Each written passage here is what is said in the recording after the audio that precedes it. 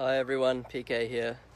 Just want to talk about today about how to equity harvest, how to compound your portfolio even if you're starting off a lower base. So as a lot of people in the group have been asking about this and asking me about this, so I thought I'd do a video on it. So give us a sort of short story to illustrate it.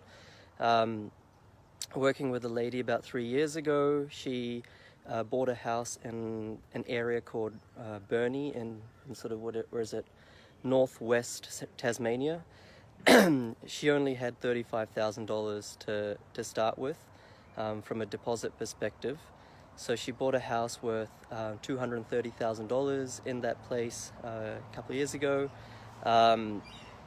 Just a buy and hold, no renovation, no subdivision, or no active strategy, which was what she preferred.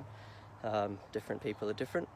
And fast forward to late last year, that same property worth close to $300,000. So you could say that with a deposit of $35,000, she was able to, triple her money theoretically.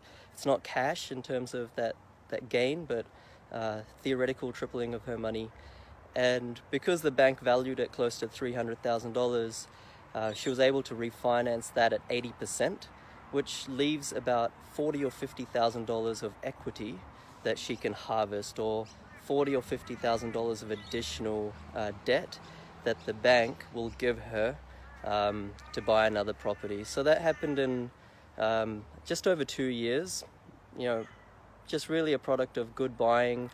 That property in Tasmania, affordable property. She only had $35,000 to start with, but good growth drivers. In fact, Burnie as an area has experienced negative population growth in that time period. So, not to get away from the purpose of this, but population growth is not always the bee's knees of capital growth, but all the right factors that we look at, or that anyone should look at for capital growth occurred, and they were the sort of all the stars lining up, and she experienced that decent capital growth, and off a base of 35,000, she's able to go again and extract that equity of close to 50,000 and use that as a deposit to purchase again, whether it's right now or in a month or 2 months' time.